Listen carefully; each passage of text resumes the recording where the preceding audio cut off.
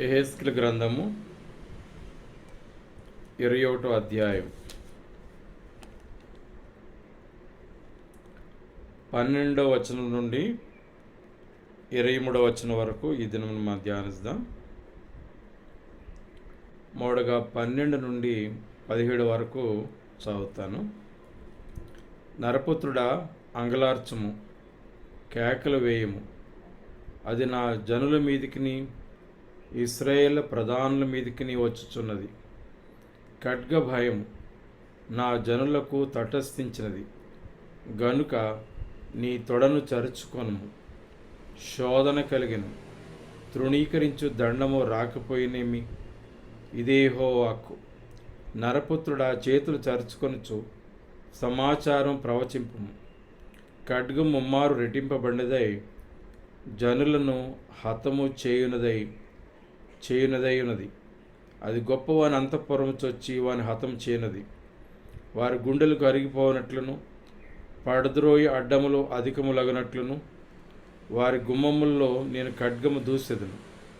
అయ్యయ్యో, అది తడతడలాడుచున్నది, హతము చేయుటకై అది దూయబడి ఉన్నది. ఖడ్గమా, సిద్ధపడి ఉండము, కుడివైపున చూడుము, ఎడవైపు తిరుగుము, ఎక్కడ నీకు పని ఉండను అక్కడ తిరుగుము. నేను కూడా నా చేతులు చరుచుకొని నా క్రోధం తీర్చుకుందను. యెహోవాకు నేనే మాట ఇచ్చున్నాను. 12వ వచనం. యూదా ప్రజల మీదకి, యెరూషలేము పట్టణస్థుల మీదకి రాబో విపత్తు, కీడు ఎంత భయంకరమో, ఆ భయంకరమైన కీడును, విపత్తును జ్ఞాపకం చేసుకుంటూ అంగలార్చుము అని దేవుడు యెహెజ్కేలు ప్రవక్తకు తెలియపరుస్తున్నాడు. నరపుత్రుడా, అంగలార్చుము. అంతకుముందు భాగంలో కూడా ఆ మాటలు మనం చదువుతాం. 6వ వచనం. కావున నరపుత్రుడా, నీ తూర్పు విడువుము. కనుక పరిస్థితులు ఏ రీతిగా తీవ్రంగా ఉండబోతున్నాయో దేవుడు తన ప్రవక్తలకు తెలియపరుస్తున్నాడు. అయితే ఆ కీడు నుండి మరి 2 రీతులుగా, ఒకటి తప్పింపబడడానికి అవకాశాలు ఉన్నాయి, రెండవది ఒకవేళ మూర్ఖత్వంతో తప్పించుకోవడానికి చర్యలు తీసుకున్నప్పుడు అనుభవించవలసిన కష్టము ఎంత అధికమో తెలుసుకున్నట్టు కొరకై ప్రవక్తలు హెచ్చరిక చేస్తూ వచ్చారు. 13వ వచనం. శోధన కలిగెను, తృణీకరించు దండము రాకపోయినేమి, ఇదే యెహోవాకు. ఇప్పుడు యూదా దేశానికి, యెరూషలేము పట్టణానికి ఒక పెద్ద శోధన ప్రారంభమైంది, కలిగింది. తృణీకరించు దండము, ఇది యూదా దేశం గురించి రాయబడుతున్న మాట. దండము, రాజదండము. ఎటువంటి రాజదండము? తృణీకరించు దండము. అవును ప్రియమైన వర్లరా, యూదా దండము ప్రవక్తలను తృణీకరించింది. దైవ ప్రవక్తలు, దేవుని ప్రవక్తలని, లేఖనాలని తృణీకరించింది. దైవ కట్టడాలను, దైవ నియమ నిబంధనలను మరి తృణీకరించింది. ఇప్పుడు ఈ పరిస్థితి చుట్టుముట్టుగా మరి ముట్టడి ఏర్పాటైనప్పుడు ఎదుర్కోలేని పరిస్థితి.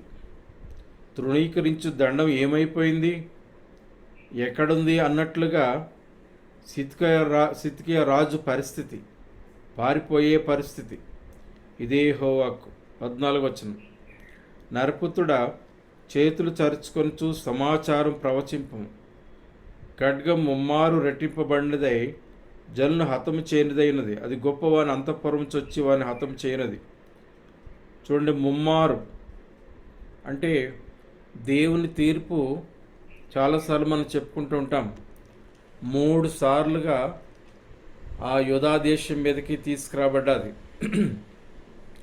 మొదటిసారి యెహోయాకీము కాలము, రెండోసారి యెహోయాకీను కాలము, కీను ఈ శబ్దాలు మనకు గమనించాలి. మూడవది సిద్కియా కాలం. అట్లాగా మొదటిసారి తీర్పు, రెండోసారి తీర్పు, మూడోసారి తీర్పు. చాలాసార్లు 3 ముగింపుగా మనం పలుకుతుంటాం. చాలా పాటలు పాట పాడుతున్నప్పుడు కూడా మొదటి పాట, రెండో పాట, మూడో పాట అంటారు. ఇక 3 అనేది ఒక పెద్ద ముగింపును చాలాసార్లు చాలా సందర్భాల్లో తెలియపరుస్తుంది.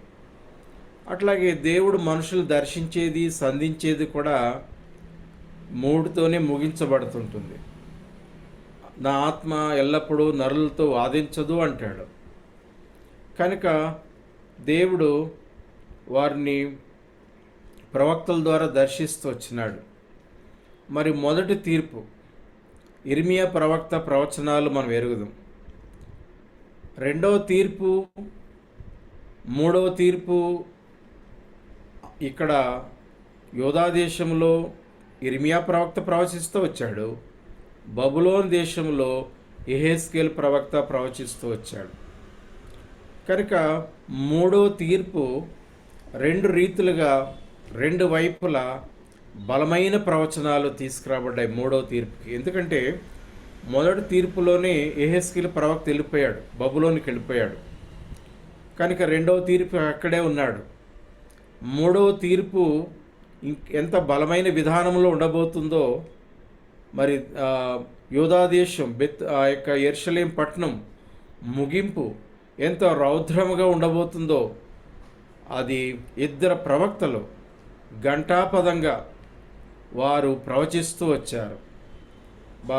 ఎంత హెచ్చరిక.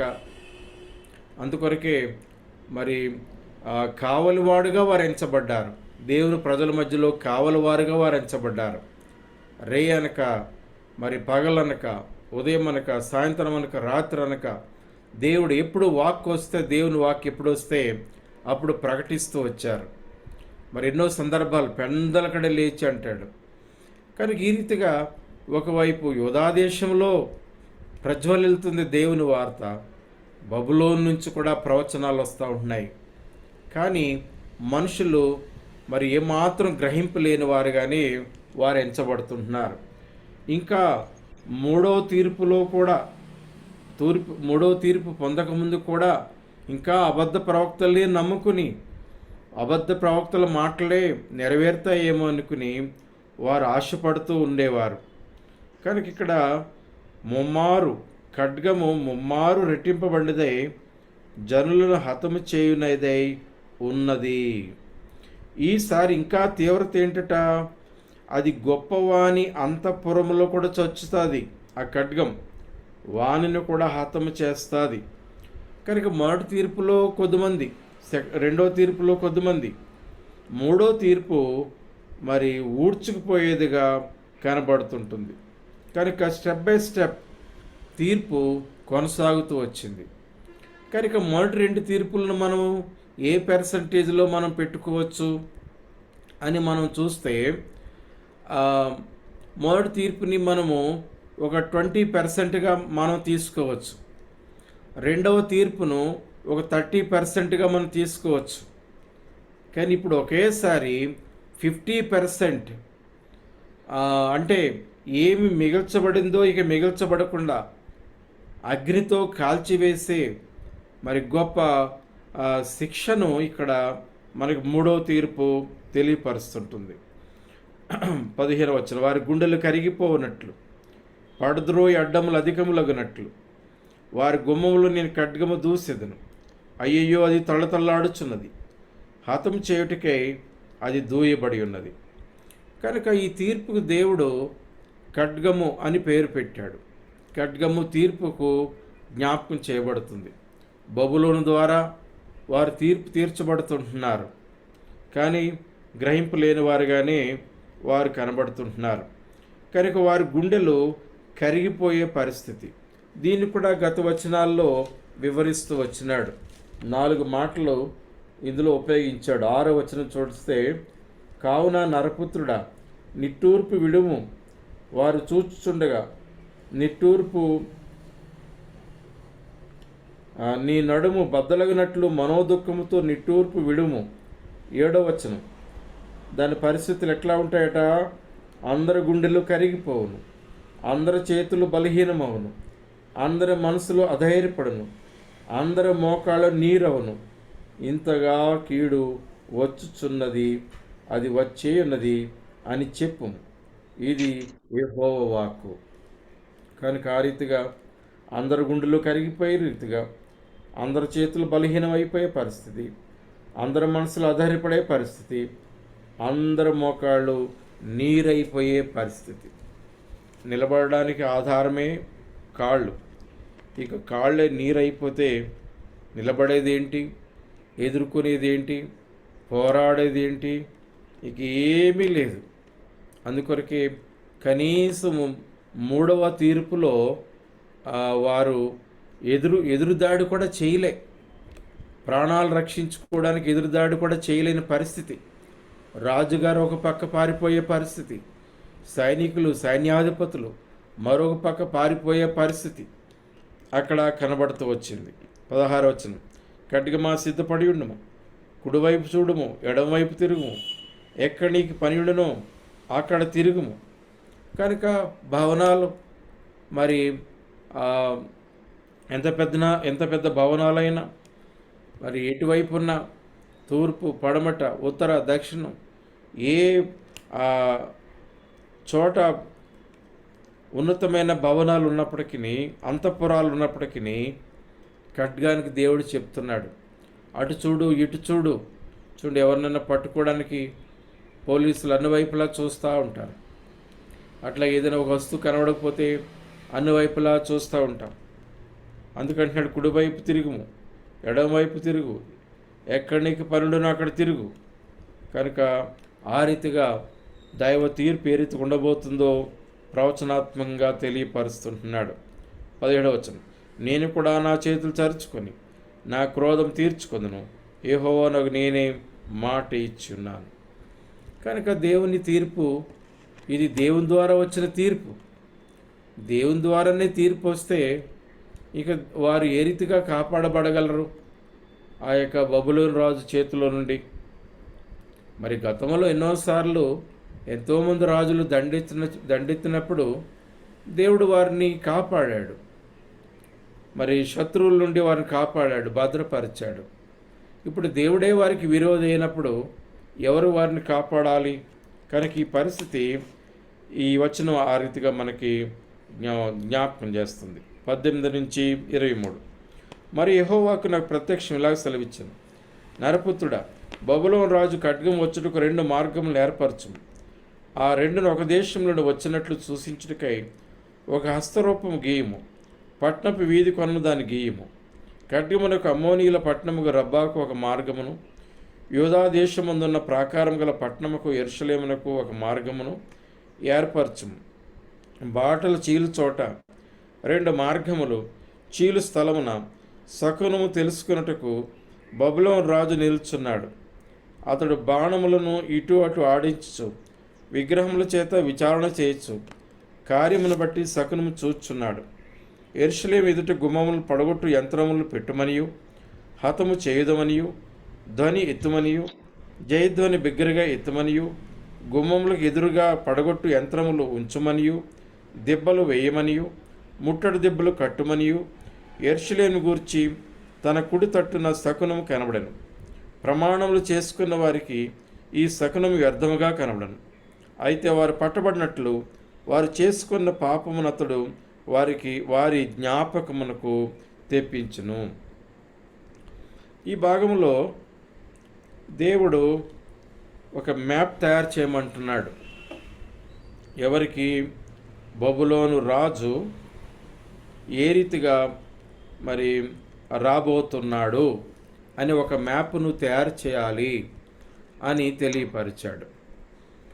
ఈ మ్యాప్ ఏ రీతిగా ఉంది అని చూస్తే, బబులోను నుండి బయటపడే ఒక ద్వారం లేకపోతే ఒక మార్గంలో ముందుకు సాగిన తర్వాత బబులోను వైపుగా ఈ యొక్క దారి రెడీ అవుతుందన్నమాట. ముందుకి బబులోను సిటీ దాటిపోయి ముందుకు పొలిమేరలకు వచ్చిన తర్వాత అంతవరకు ఒకే లైన్లో బబులోను రాజు వస్తాడు. తర్వాత మార్గము 2 భాగాలుగా చీలిపోతుంటుంది.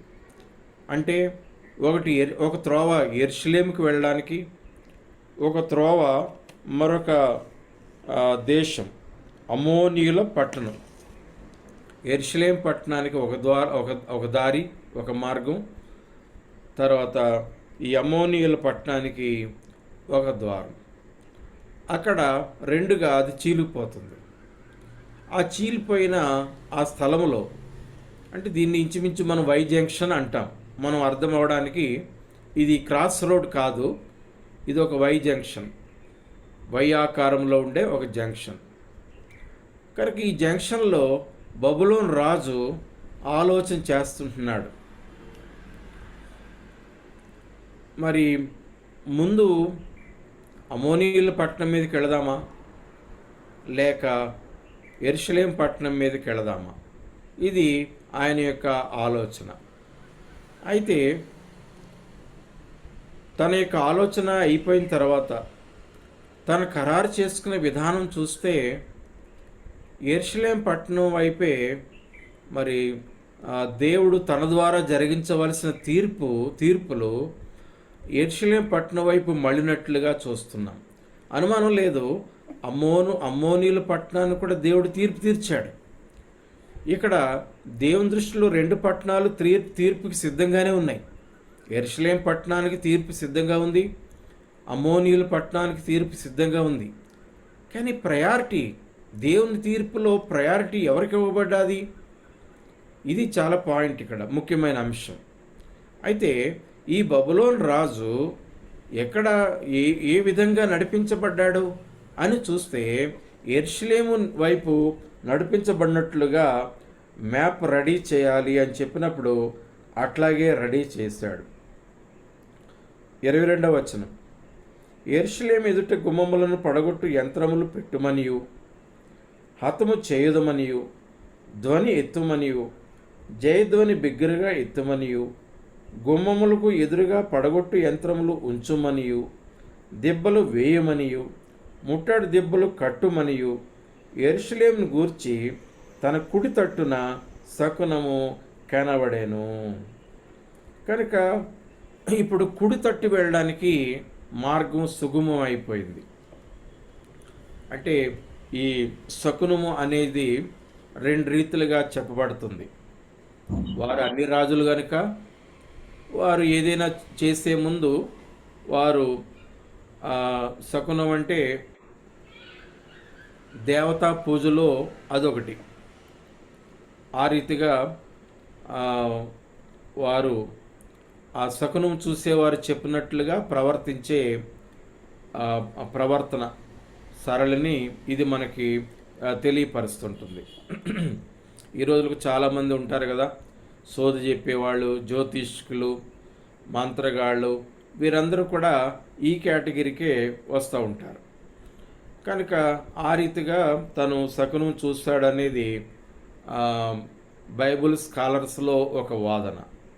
మరొక వాదన ఏంటంటే అప్పటికైనా రక్షణ పొందాడు, దానియేలు ద్వారా, షడ్రక్ మేషక్ అబేద్నెగోల ద్వారా దేవుడిని నమ్ముకున్నాడు, అప్పుడే స్టేట్మెంట్ ఇచ్చాడు, మరి ఆయన కనుక ఇక్కడ శకునం ఎందుకు చూస్తాడు, ప్రార్థన చేస్తుంటాడు అని కొద్దిమంది బైబిల్ స్కాలర్స్ యొక్క వాదన. మనకి 2 వాదనలు ఏ రీతిగా ఉన్నప్పటికీ ఇక్కడ మనకి శకునం అని ఉంది కనుక మరి మనం దాన్ని బేస్ అవ్వాల్సిన అవసరత కనబడుతుంటుంది. ఒక అన్ని రాజుగా ఆయన ఒక శకునం చూస్తాడు అనడానికి ఇదొక మరి సందర్భముగా మనకి తెలియపరచబడుతుంటుంది. కనుక మెట్టుకు ఇక్కడ తలంపు ఏంటంటే 2 పట్టణాలు ముందున్నాయి, 2 పట్టణాలు తీర్పుకు సిద్ధంగా ఉన్నాయి. అయితే తాను ప్రేరేపించబడింది ఎటువైపు? యెరూషలేమును ముట్టడించడానికి. అది ఆ తీర్పులో ఉన్న ప్రయారిటీ జ్ఞాపకం చేయబడుతుంటుంది. 22వ వచనం, ప్రమాణములు చేసుకొనిన వారికి ఈ శకునము వ్యర్థముగా కనబడను. ప్రమాణములు ఎవరు చేసుకున్నారు? ప్రమాణాలు ఎవరితో చేసుకున్నారు? ప్రమాణాలు సిద్కియా రాజు, యెరూషలేము పట్టణస్థులు, యూదా వంశస్థులు, యూదా ప్రజలు ఐగుప్తుతో అప్పటికే ప్రమాణం చేసుకున్నారని మనకు తెలుసు. చరిత్రలో మనకి జ్ఞాపకం చేయబడ్డది, రాయబడ్డది. కనుక ఇప్పుడు మరి వాళ్ళతో ప్రమాణాలు చేసుకున్నారు, వాళ్ళు మమ్మల్ని కాపాడుతారు. ఈ అబద్ధ ప్రమాణాల్లో, తప్పుడు విధానాల్లో వారు చిక్కుకున్నారు. అయితే బబులోను రాజు చివరికి వచ్చేసాడు. మరి ఐగుప్తు రాజు ఎదుర్కోలేదే, కాపాడలేదే, భద్రపరచలేదే. అంటే ఈ ప్రమాణాలు నిలవలేదు. అయితే వారు పట్టబడినట్లు వారు చేసుకున్న పాపమును అతడు వారి జ్ఞాపకమునకు తెప్పించును. కనుక వచ్చాడు, ముట్టడి దెబ్బలు కట్టారు, ముట్టడి వేశారు, ప్రాకారాలు పడగొట్టారు, వారిని మరి బీభత్సంగా ఏమేమి చేయాలో అన్నీ చేశారు. యెరూషలేము పట్టణాన్ని కాల్చివేయడము, మందిరాన్ని పడగొట్టడం, కాల్చివేయడం, ఇవన్నీ చేయడం ద్వారా వారు చేసిన పాపాలు వారికి ఆ 3వ తీర్పులో జ్ఞాపకం చేయబడ్డాయి అనేది మనకి కనబడుతుంది. ఇట్లా మనం ఈ ప్రవచనాల యొక్క అర్థాన్ని మనం చెప్పుకున్నాం. ఇప్పుడు మన ముగింపులో 2 ప్రాముఖ్యమైన అంశాలు జ్ఞాపకం చేసుకొని మనం ముగిద్దాం. ఒకటి ఏంటంటే 6వ వచనం, 12వ వచనం, 14వ వచనంలో రాబోతున్న కీడు గురించి ప్రవక్త స్పందన మరి ఏ రీతిగా ఉందో, దేవుడు ఏ రీతిగా ఉండాలని కోరాడో, ప్రవక్త స్పందన ఏ రీతిగా ఉందో, ఇది మన జీవితాల్లో ఇంపాక్ట్ కావాలని మనం దేవుని ద్వారా కోరబడుతుంటున్నాం.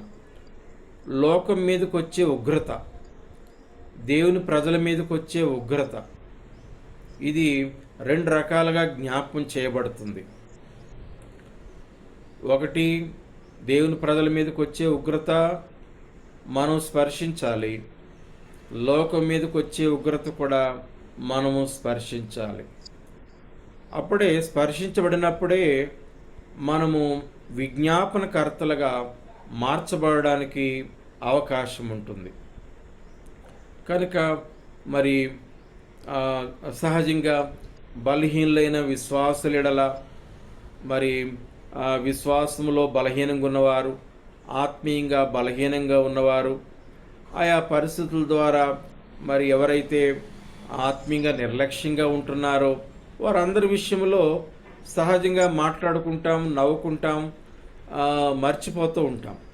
అయితే ఇక్కడ మనం కోరబడేది ఏంటంటే అటువంటి వారి కొరకై మనము విజ్ఞాపనకర్తలుగా ఉండాలని, బలహీనులు బలపరచబడినట్లుగా, మరి ఎవరైతే విశ్వాసమందు బలహీనంగా ఉంటున్నారో వారు బలపరచబడినట్లుగా, ఎవరు ఆత్మీయంగా బలహీనంగా ఉంటున్నారో వారు బలపరచబడినట్లుగా మనం వారికి మరి ఉపకారం చేసే విధానంలో విజ్ఞాపనకర్తలుగా మనం ఉంచబడాలని మనం కోరబడుతున్నాం. అదే సమయంలో ఇంకా ఏదైనా అవకాశం ఉంటే వారిని మరి సంప్రదింపులు చేసే విషయంలో, వారికి తగిన సహాయం చేసే విషయంలో కూడా ఉంచబడాలని మనం కోరబడుతుంటున్నాం. ఎందుకంటే వచ్చే ఉగ్రత మరి దేవుని తరపున, దేవుని పక్షముగా మనం స్పర్శించకపోతే మనము మరి ఎవరికి సహాయకులుగా ఉండలేం. ఇంకా ముందుకెళితే మనం సహాయకులుగా ఉండలేం. దేవుని ఉగ్రత, మన మీదకి వచ్చే ఉగ్రత మనకు తెలియకపోతే మనకు సహాయకులుగా మనం ఉండలేం. ఇక మనకే సహాయకులుగా ఉండకపోతే ఇతరులకు ఎట్లు సహాయకులుగా మనం ఉండగలం? కనుక దేవుని యొక్క తీర్పుల యొక్క గ్రహింపు మనం కలిగి ఉండాలి అని కోరబడుతుంటున్నాం. చాలాసార్లు నూతన జన్మ అనుభవం కలిగిన వారి నిర్లక్ష్యం ఏంటి? రక్షణ పొందాము కనుక ఇక మన తీర్పులోంచి దాటించబడ్డాం, మరణంలోంచి జీవంలోకి వెళ్ళిపోయినాం అనే గ్రహింపులోని మరి నిర్లక్ష్యమైన ధోరణిలో ఎన్నో తప్పిదాలు దొర్లిపోతూ ఉంటాయి. నీళ్లు తాగినట్లుగా, తలకు వెంట్రుకలు విస్తారంగా ఉన్నట్లుగా విశ్వాస జీవితంలో ఎన్నో తప్పిదాలు దొర్లిపోతూ ఉంటాయి. వాటి విషయంలో తగిన గ్రహింపు, మనస్కరించుట, వాటి గురించిన ఆలోచన మనం కలిగి ఉండలేము. కేవలం రక్షణ పొందకముందు చేసిన తప్పుల విషయంలోనే ఎక్కువగా ఆలోచన కలిగి ఉంటాం. వాటి విషయంలో యేసుప్రభువు వారు పడిన బాధలే జ్ఞాపకం చేసుకుంటూ ఉంటాం. మరి విశ్వాసులమైన తర్వాత చేసిన తప్పుల సంగతి ఏంటి? మాట్లాడిన మాటల సంగతి ఏంటి? ప్రవర్తించిన ప్రవర్తన సంగతి ఏంటి? మరి నడిచిన ప్రవర్తన, మరి చేసిన క్రియలు, మరి ఇవన్నీ వీటి విషయమే ఆలోచన దేవుని ప్రజలు లేనివారుగా కనబడుతుంటున్నారు. కనుక దేవుని తీర్పు విషయంలో దేవుని ప్రజలుగా ముందు మనకి స్పష్టత ఉండాలని మనం కోరబడుతుంటున్నాం. అప్పుడే మనం అంగలార్చగలం, మన కొరకు అంగలార్చగలం, ఇతరుల కొరకు, సహపాఠి విశ్వాసుల కొరకు అంగలార్చగలం, నశించే ఈ లోకం కొరకు అంగలార్చగలం. అంగలార్చము, కేకలు వేయము, నా జనుల మీదకి, ఇశ్రాయేలు ప్రధానుల మీదకి వచ్చుచున్నది ఖడ్గ భయము, నా జనులకు తటస్థించినది గనుక నీ తొడను చరుచుకొనుము. కనుక గుండెలు బాదుకునే పరిస్థితులు ఉన్నాయి అని దేవుని వాక్యము మనకు తెలియపరుస్తుంది.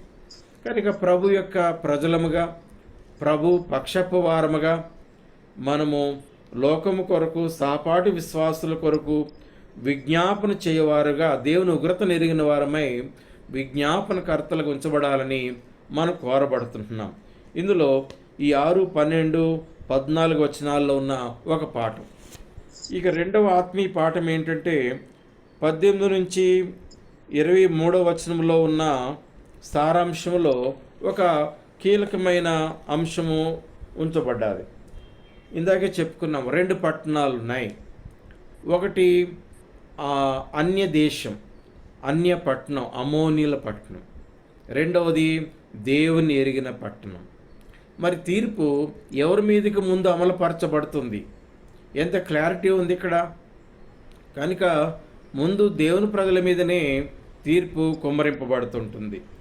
మరి దైవజనుడు పేతురు కూడా తన పత్రికలో ఈ యొక్క సత్యాన్ని జ్ఞాపకం చేస్తుంటున్నాడు. 3 పేతురు 4వ అధ్యాయం, 3 పేతురు 4వ అధ్యాయం 17వ వచనం. తీర్పు దేవుని ఇంటి యొద్ద ఆరంభమగు కాలము వచ్చి ఉన్నది. చూసారా? కనుక మొట్టమొదటిగా తీర్పు ఎక్కడ ప్రారంభమవుతుంది? దేవుని ఇంటి యొద్ద ప్రారంభమవుతుంది, దేవుని ప్రజల మధ్యలో ప్రారంభమవుతుంది. కనుక లోకానికి తీర్పు అనే అంశానికి వచ్చేసరికి అది ఫస్ట్ స్టెప్ తీసుకుంటుంది దేవుని ప్రజల విషయంలో. దీన్ని మనము యేసుక్రీస్తు ప్రభువారి యొక్క మరి ప్రత్యక్షతకు మనము ఆనబట్టి చెప్తూ ఉంటాం. ఏంటి యేసు ప్రభువారి ప్రత్యక్షతలో ఏం జరుగుతుంది? యేసు ప్రభువారికి రెండవ రాకడ 2 భాగాలుగా మనకు తెలుసు. ఒకటి ప్రభు యొక్క ప్రత్యక్షత, రెండవది రాకడ. కనుక ప్రభు యొక్క ప్రత్యక్షత ఎవరికి వినబడదు, ఎవరికి తెలియదు. ఏమి మరి అలజడి, నిశ్శబ్దం, ఎక్కడ కూడా తెలుసుకోవడానికి అవకాశం ఉండదు. కానీ ఏం జరుగుతుంది? కొద్దిమంది వెళ్ళిపోతున్నారు, కొద్దిమంది ఉండిపోతున్నారు. ఇది తీర్పు కాదా? దేవుని ఇంటి మీద, దేవుని ప్రజల యుద్ధనే తీర్పు ప్రారంభించబడడం కాదా ఇది? ప్రపంచంలో మరి ఎన్నో లక్షల కోట్ల మంది ప్రభు రక్తంతో విమోచించబడ్డవారు ఉన్నారు. కానీ దైవ తీర్పు ఏంటి? అందరూ ఆ ప్రభు ప్రత్యక్షతలో వారు ఎత్తబడేవారుగా ఉండుటలేదు. ఏంటి దైవ తీర్పు? నిలిచిపోయేవారుగానే ఉండిపోతున్నారు. కనుక దానికి ఉపమానాలు ప్రభువారు చెప్పినవి మనకు తెలుసు. బుద్ధిగల కన్యకలు, బుద్ధి లేని కన్యకలు. మంచం మీద ఇద్దరు పడుకున్నారు, ఒకరు వెళ్ళిపోయారు. ఇద్దరు తిరగలు విసిరాలు, ఒకరు వెళ్ళిపోయారు. ఇద్దరు నాగలు దున్నుతున్నారు, ఒకరు వెళ్ళిపోయారు. ఇవన్నీ యేసుక్రీస్తు ప్రభువారు దేవుని ప్రజల మీదకి వచ్చే తీర్పుల గురించి జ్ఞాపకం చేస్తూ వచ్చినారు ఆయన సువార్తల్లో. కనుక ప్రియమైన వారలారా, దీన్ని మనము ఎంతగా గ్రహింపు కలిగి ఉండాలో దేవుని లేఖనం మనకు తెలియపరుస్తుంది. కనుక మనం దాటుకున్న తర్వాతనే లోకం మీదకి తీర్పు. ఇంకా ఈ తీర్పుని ఇంకా స్పష్టంగా మనం చూడాలంటే, మొదటి తీర్పు తిరిగి జన్మించిన వారి విషయంలో మొట్టమొదటి తీర్పు. కనుక తిరిగి జన్మించిన వారందరూ కూడా ప్రభు యొక్క ప్రత్యక్షతలో ఎత్తబడరు. కొద్దిమంది మాత్రమే ఎత్తబడతారు. ఇది ఒక తీర్పు. రెండవ తీర్పు ఎవరికి వస్తుంది అంటే, మన భవిష్యత్తు చెప్పుకుంటున్నాం. ఇప్పుడు లేఖనాల్లో చెప్పుకునే యెరూషలేము పట్టణం కాదు. ఇప్పుడు భవిష్యత్తు తీర్పు అంటే కొద్దిమంది ఎత్తబడ్డారు, కొద్దిమంది విశ్వాసులు విడిచిపెట్టబడ్డారు. ఇది తీర్పు ప్రారంభమవుతుంది. తర్వాత 3.5 సంవత్సరాలకి యెరూషలేము పట్టణానికి తీర్పు వస్తుంటుంది. యూదా ప్రజల మధ్యలో తీర్పు వస్తుంటుంది, అంటే ఇశ్రాయేలీయులకి తీర్పు. ఇక తర్వాత 3.5 సంవత్సరాలు అన్ని జనులకు తీర్పు. ఈ రీతిగా వరుస క్రమములో ఎవరు ఫస్ట్ ఉన్నారు తీర్పులో? విశ్వాసులే ఫస్ట్ ఉన్నారు. నూతన జన్మ అనుభవం కలిగి ఉన్నామని చెప్పుకుని మరి ఆరాధించే భక్తులే, సహవాసంలో పాలు పొందే భక్తులే, మరి వారందరూ ఈ మొట్టమొదటి తీర్పు వారి మీద నుంచే వారితోనే ప్రారంభమవుతుంది. వారి మీద నుంచే మిగతా వారి మీదకి వెళుతుంది. స్టెప్ బై స్టెప్ వెళుతుంటుంది. కనుక ఇక్కడ మనకి 2 పాఠాలు కనబడుతున్నాయి. ఒకటి, ప్రభు పక్షంగా రాబో తీర్పుల కొరకై మనం లోకం కొరకు విజ్ఞాపనకర్తలుగా, సహపాఠి విశ్వాసుల విషయాల కొరకై విజ్ఞాపనకర్తలుగా ఉండాలని కోరబడుతున్నాం. మరొక వైపు చూస్తే మనము తీర్పు మన మీదకే మొట్టమొదటిగా ఉంటుంది. కనుక మొట్టమొదటిగా ప్రిపేర్ కావాల్సింది మనమే అనే ఒక గొప్ప హెచ్చరిక ఇక్కడ మనకు జ్ఞాపకం చేయబడుతుంది. అట్లు రాబో తీర్పులో దేవుడు మనల్ని జ్ఞాపకం చేసుకుని యోగ్యమైన ప్రవర్తన కలిగిన వారిగా ఈ లోకములో ఆయన మనల్ని తీర్చిదిద్ది ఆయన ప్రత్యక్షత కొరకై మనందరినీ ప్రభు ఎత్తబడినట్లుగా సిద్ధపరచునుగాక.